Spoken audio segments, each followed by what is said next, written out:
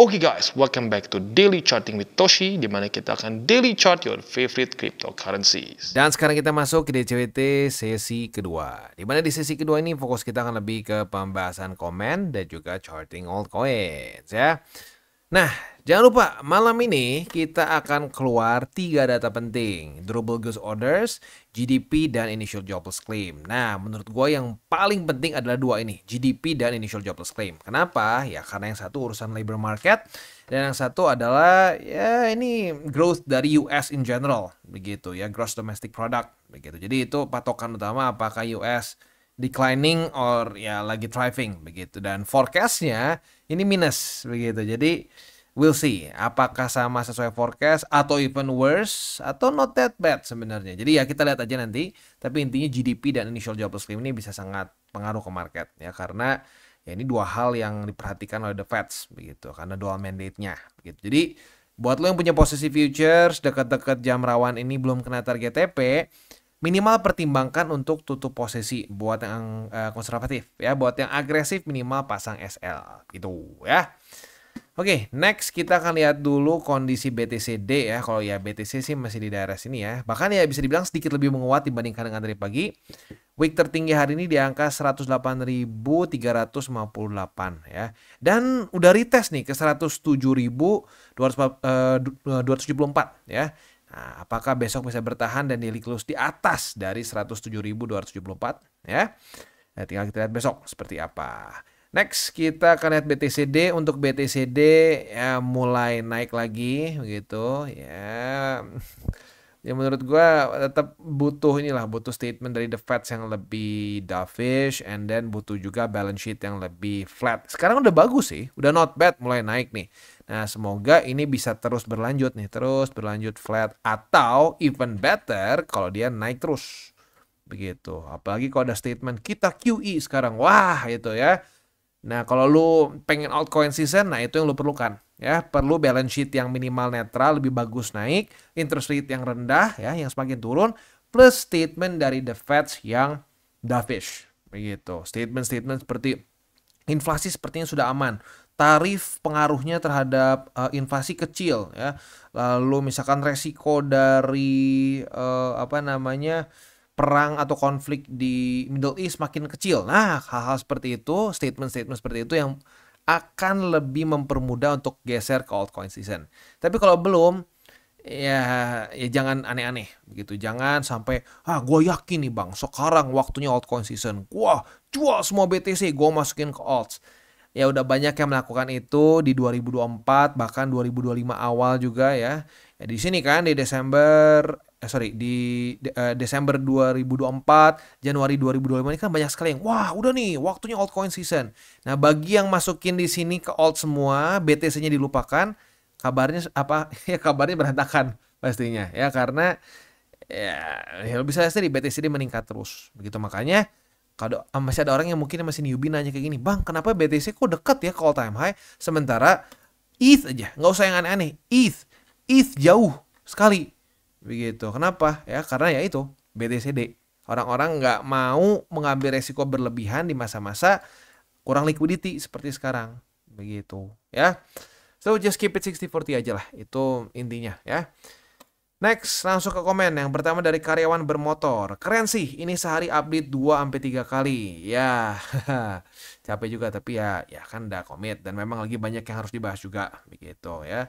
Tahun depan tidak tiap hari. Ya, gue gak berani jamin lah cycle selanjutnya seperti apa. Tapi yang pasti, gue gak berani ngomong akan sebanyak cycle ini. Karena gue dijanjikan cycle ini gue akan super intense. Supaya bisa sebanyak mungkin kita bareng-bareng bersama lah gitu satu cycle ya. Cycle selanjutnya we'll see. Semoga ya ada waktu juga begitu, karena jujur belakangan juga lumayan capek sih sebenarnya ini ya. Oke, next dari Nico Lausaras. Bang, apa bagus kalau TP BTC buat dialihin ke dana darurat? Sebenarnya harusnya punya dana darurat dulu baru invest di kripto begitu. Tapi buat yang sudah terlanjur ya bolehlah pertimbangkan untuk TP sebagian dari BTC ya, dari lu udah profit dialihkan ke dana darurat. Ini penting, kenapa? Karena dana darurat itu harusnya sebelum lu investasi. Begitu. Jadi sekali lagi ya, at least nih pandangan gua ya, ada orang mungkin yang berbeda tapi terserah lah. Ini kan gua ya channel gua, ya pandangan gua lah otomatis kan ya. Dari pandangan gua ya, lu sebelum invest pastikan punya dulu dana cadangan. Begitu. Cadangannya berapa? Minimal lu bisa bertahan 3 bulan. Lebih bagusnya bisa bertahan 6 sampai 12 bulan. Begitu ya. Ya, jadi udah gitu aja ya. Kalau lu buat yang terlanjur ya sudah, pertimbangkan untuk TP minimal biar dapet 3 bulan deh. Just in case lu kena pecat, just in case bisnis lu berantakan, lu nggak langsung pusing begitu ya. Dan nggak langsung makan duit investasi karena begini ya, BTC sekarang lu mungkin bisa TP. Nah kalau BTC-nya lu waktu lagi butuh duitnya lagi di bawah sini gimana gitu kan. Nah itu dia makanya pentingnya punya dana darurat. Karena dana darurat tidak memaksa lu untuk tutup posisi di masa-masa yang tidak tepat untuk tutup. Begitu ya. Next. Dari mana nih? Palm Store. Lucu aja teriak budak korporat ya.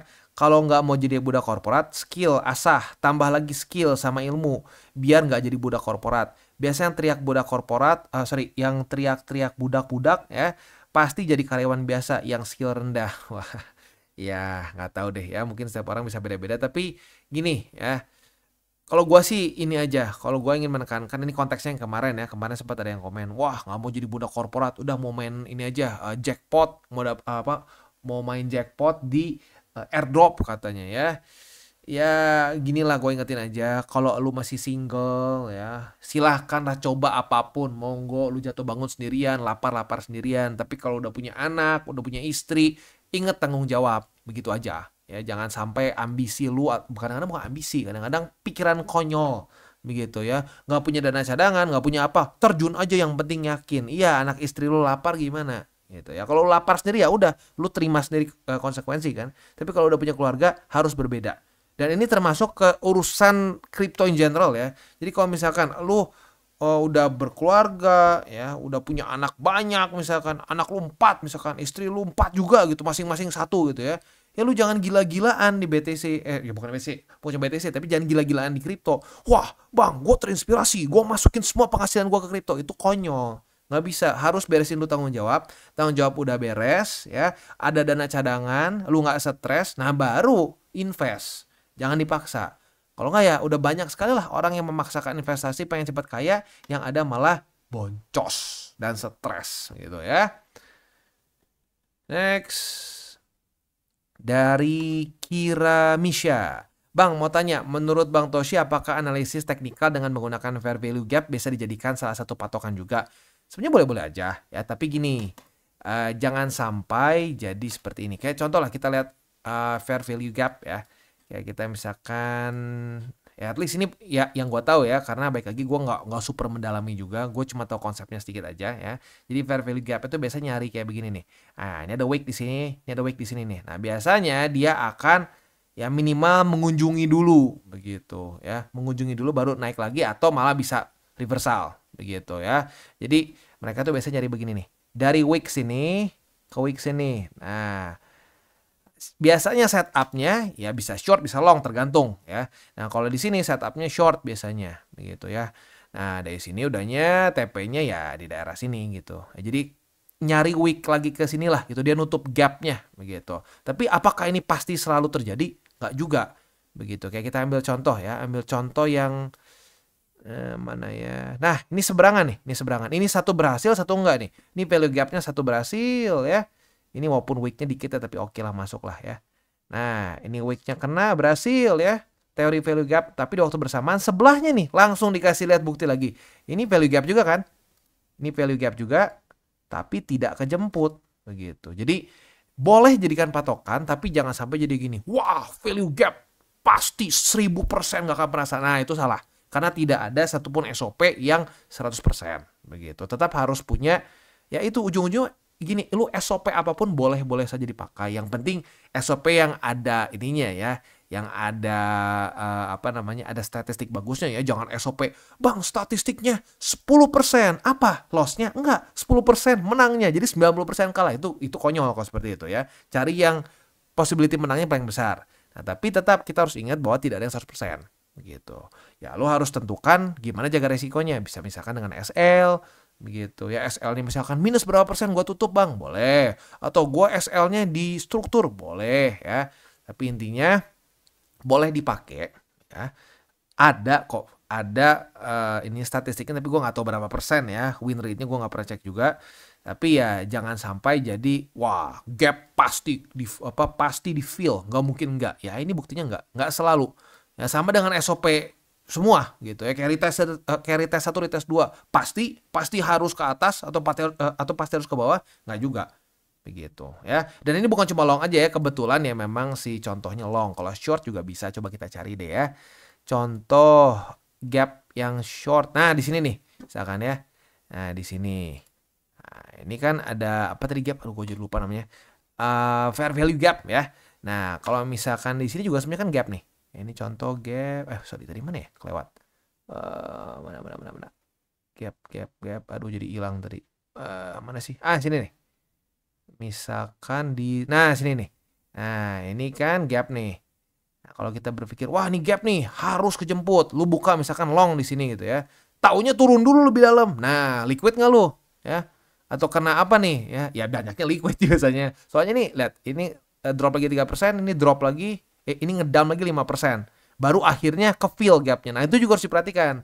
Begitu. Jadi ya intinya SOP apapun sebenarnya cenderung oke-oke aja. Asalkan yang possibility menangnya lebih besar. Tapi harus punya SOP untuk menjaga resikonya aja. Begitu. Jadi ya intinya gini. SOP apapun boleh. Asalkan jelas. Masuknya tahu gimana. Keluarnya tahu gimana. Jaga resikonya juga tahu. Begitu ya. Sip, bagus nih pertanyaannya ya. Soalnya jarang juga nih yang nanya soal fair value gap ya. Bagus. Ya boleh dicoba silakan, tapi ya pastikan harus ngerti juga ininya, si resikonya ya. Next, Muhammad Bahrudin. Alhamdulillah Kotoshi, saya dapat future di posisi 99.100. Wah, mantap. Itu berarti di mana tuh? Di struktur mana ya? 99.100 itu. Nah, di sini ya, daerah sinilah dekat-dekat ya. Ya lagi-lagi setiap exchanger bisa beda-beda, mungkin buntutnya akan bisa ada variasi lah begitu ya. Nah, jadi apa tadi? Sorry. Pertanyaannya apa? Sampai sekarang belum saya TP karena masih ada potensi naik. Oh ya boleh saja ya.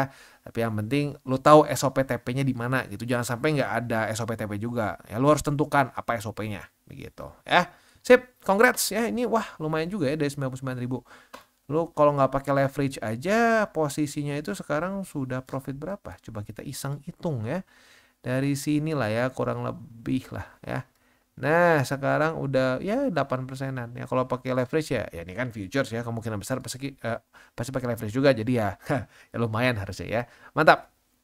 Tinggal ya saran gua harus ada SOP buat TP-nya di mana, karena kalau enggak ya nanti bingung sendiri kapan TP-nya nih gitu ya. Next dari Eka ini ya, ini lagi-lagi nih YouTube nggak tahu kenapa suka error gini. Ini udah 2 kali nih. Jadi komennya ngedouble lah, spam masuk tapi komen yang ya gitulah, nggak tahu belakangan ini YouTube sering error begini ya. Dan nggak mungkin juga gue cari tahu gimana benerinnya ya, karena udah pusing juga ya bikin konten udah banyak ya.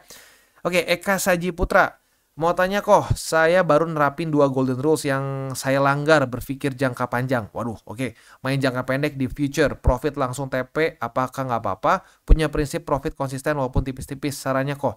Sebenarnya nggak, kalau di futures nggak masalah ya. Kalau gini ya, maksud gue jangka pendek tuh bagaimana ya? Jangka pendek tuh gini, misalkan lo futures ya.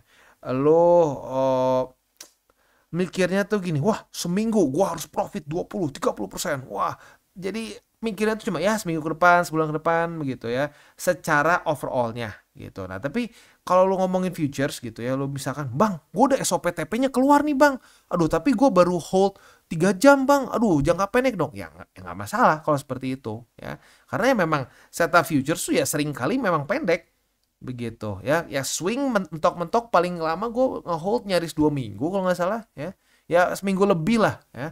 Jadi kalau futures nggak masalah, asalkan lu jelas ya SOP masuknya ngerti, keluarnya ngerti, ya TP-nya ngerti, semuanya ngerti gitu ya. Nah, yang berpikir jangka panjang itu lebih ke spot sebenarnya. Ya. Tapi ya udah sih, gitu aja, nggak masalah jadinya ya. Yang penting lu SOP-nya lengkap, masuknya tahu, keluarnya tahu, jaga resikonya tahu ya. Next dari Ardis. Bro, bahas tentang pengambilan keputusan di The Feds. kan suaranya Powell hanya satu suara saja. Kalau anggota yang lain mau cut rates, berarti bisa aja kan kalau Jerome kalah vote. Sebenarnya bisa ya, tapi ya lu kalau presiden lu ngomong apa kan yang lain cenderung ikut kan. Pasti ada permainan ini juga di dalamnya ya, ada permainan politik juga di dalamnya ya. Dan gini ya, bukan cuma dari jadi itu kan sebenarnya FMC disebutnya ya. Nah, di si FMC meeting ini isinya bukan cuma chairman dan juga anggota-anggota dari The Fed saja, sebenarnya ada juga regional bank ya, regional bank Fed ya secara federal, dan juga ada presiden apa gitu satu lagi. Nah itu vote yang nggak pernah boleh lepas tuh, yang permanen. Nah sisanya yang bank regional tuh diputar-putar ya. Nah jadi nggak cuma ya benar nggak cuma Powell, bahkan lebih banyak lagi begitu. Tapi ya baik lagi lah ya, mereka pasti ujung-ujungnya walaupun in theory bisa intervensi dan lain-lain, ujung-ujung tetap satu suara begitu. Karena ya lu ya coba deh, kalau lu pernah di kantor begitu ya, lu pernah di kantor pasti kan ada politik kantor juga tuh ya. Ya ujung-ujungnya kalau sampai yang paling atasnya ngomong apa ya, jarang lah ada sampai apa namanya yang berani bener-bener berbalik gitu, karena ya pasti dia akan dikucilkan dan lain-lain lah ya. At least itu teori gue lah. Tapi ya sampai selama ini selalu satu suara dengan si chairman-nya begitu ya. Jarang sekali lah sampai ada kayak gitu, karena dulu pernah ada ya kayaknya yang sedikit oposisi gitu nih hilang. Ya kayak gitu lah, sama kayak di kantor begitu kan ya. Dulu pernah ada yang kayak sempet di The Feds juga zaman kapan gitu ya. Cuman ya karena cenderung berbeda gitu ya pendapatnya dengan si chairman utamanya. Ya apa dengan si chairmannya kayak si Jerome-nya zaman itu gitu ya. Ya ujung-ujungnya hilang begitu. Dan orang kan jujurnya sekarang gini, siapa yang tahu anggota The Fed selain Jerome? Gitu. Rata-rata nggak ada yang tahu kan gitu. Jadi ya kalau sampai mereka diganti dengan gampang juga itu very expendable gitu kan. Jadi ya mereka mungkin ya nggak mau lah sampai posisi mereka yang enak ini tergantikan begitu. Karena kalau lo inget di zaman cut rates dan balance sheet dinaikin gila-gilaan, QE gede-gedean di 2021 tuh sempat ada kasus insider trading di The Fed. Itu sampai berapa harus mengundurkan diri kan begitu. Jadi ya sama bangke lah itu ujung-ujungnya ya. Next dari Bro Aina ya. Semoga perang segera berakhir, tarif segera kelar, Bang Jerome akur sama kakek Trump, dan HP kakek Trump disita cucunya. Iya itu benar-benar tuh, HP si Trump aduh disita deh ya, kalau nggak aduh market suka bergejolaknya ekstrim ya. Karena selama ini bahaya kalau kakek-kakek dipegangin sosial media, tinggal update status dikit berguncanglah market. Sehat selalu untuk Matoshi dan tim. Salam hangat untuk keluarga besar TCI dan salam tabur tuai. Mantap, salam tabur tuai juga ya. Oke, beres. Itu kurang lebih untuk hari ini ya. Komen-komennya ya. Selanjutnya kita akan masuk ke buy limit ya. Kan ada beberapa lagi yang udah mulai nanya nih soal odds begitu ya. Ya udah kita mulai bahas lagi. Sebelum kita masuk ke pembahasannya, seperti biasa gue akan disclaimer dulu bahwa semua konten dari TCI bukan financial advice. Ini semua bentuknya adalah edukasi ya. Lalu bagaimana cara mendukung TCI? Ada banyak caranya. Lo bisa like our video, bisa share our video, atau juga bisa menggunakan link referral kita di bawah. And today's video is brought to you by Wallby. Ya, jadi Wallby adalah suatu platform yang fokusnya lebih ke trading futures ya. Dia fokus ke trading futures walaupun ada juga spot, tapi spotnya lebih di memes gitu ya. Nah, jadi ya baik lagi nih futures, jadi lebih cocok untuk orang-orang intermediate sampai ke advance. Jadi buat lo yang mungkin masih newbie, masih bingung, masih belum punya SOP, ya belajar dulu aja. Udah sampai bisa, udah ngerti, nah monggo boleh pertimbangkan untuk coba gitu ya. Nah yang unik juga dari Wallby ini, mereka itu ada AI agents ya. Si AI agents ini bisa kita pilih dengan resiko yang berbeda-beda. Ada yang low risk, ada yang medium risk, ada juga yang high risk begitu. Jadi bisa disesuaikan sama risk profile kita masing-masing. Keuntungannya apa? Sudah ada TPSL-nya. Jadi ya resikonya cenderung ada takarannya lah gitu, nggak asal buka gitu ya. Nah tapi ya balik lagi, ini SOP-nya yang mereka buat dan kita nggak pernah bisa tahu juga specifically seperti apa SOP mereka gitu ya. Jadi ya sebenarnya kalau buat lo yang sudah punya SOP trading futures ya itu lebih ideal sebenarnya ya. Nah, di sini juga lo bisa set TPSL juga pakai AI dan seterusnya gitu ya. Nah, yang unik juga di sini adalah mereka itu ada rebate voucher ya. Nah, rebate voucher ini ya biasanya hanya 100 USDT saja. Tapi bagi lo yang menggunakan link referral kita di bawah atau menggunakan kode Toshi Crypto akan ada upgrade. Jadi berapa? Dari 100 USDT menjadi 250 dalam bentuk rebate voucher ya. Nah, buat lo yang tertarik silahkan bisa pertimbangkan untuk menggunakan link reflector di bawah dan mulai trade di Wallbit. Yang pertama kita masuk dulu ke Solana. Untuk Solana kita bisa di sini ya. Retest 1, retest 2 sudah terjadi di angka 144,52. Tadi nyaris kena EMA 20 tapi sayangnya belum. So ya sudahlah, berarti ya memang belum waktunya kena ya. Nah, tapi ingat hati-hati setengah 8 malam kalau sudah dekat-dekat ke jam rawan ini belum kena target TP juga, pertimbangkan untuk tutup posisi. Ya, just in case volatility-nya tidak sesuai dengan harapan ya. Nah, untuk posisi spotnya ada di angka 144,52, lalu di 137,39 dan di 135,6.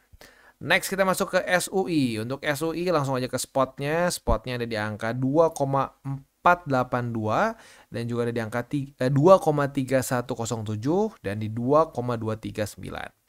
Next kita masuk ke Cardano. Untuk Cardano juga belum ada setup futures, langsung aja spotnya. Spotnya tinggal tersisa satu di angka 0,5563 ya. Oke, itu kurang lebih untuk setup di DCWT sesi kedua ini ya. Sebelum kita tutup seperti biasa gue ingatkan lagi 3 golden rules. Jangan pakai uang panas, jangan over leverage, berpikirlah jangka panjang. Ya, dan yang terakhir apa?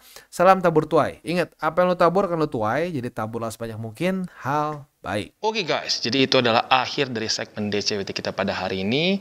Dan jangan lupa bagi kalian yang merasakan manfaat dari segmen ini, jangan lupa untuk share ke teman-teman kalian.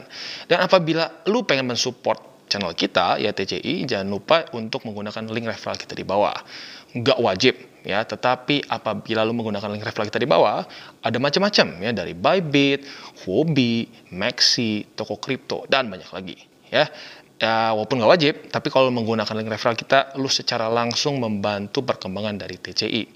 Dan satu lagi, jangan lupa juga untuk join Telegram group kita, di mana kita bisa ngobrol-ngobrol santai mengenai dunia cryptocurrency secara dua arah. So, jangan lupa untuk like, subscribe, klik the bell icon, and see you on the next video.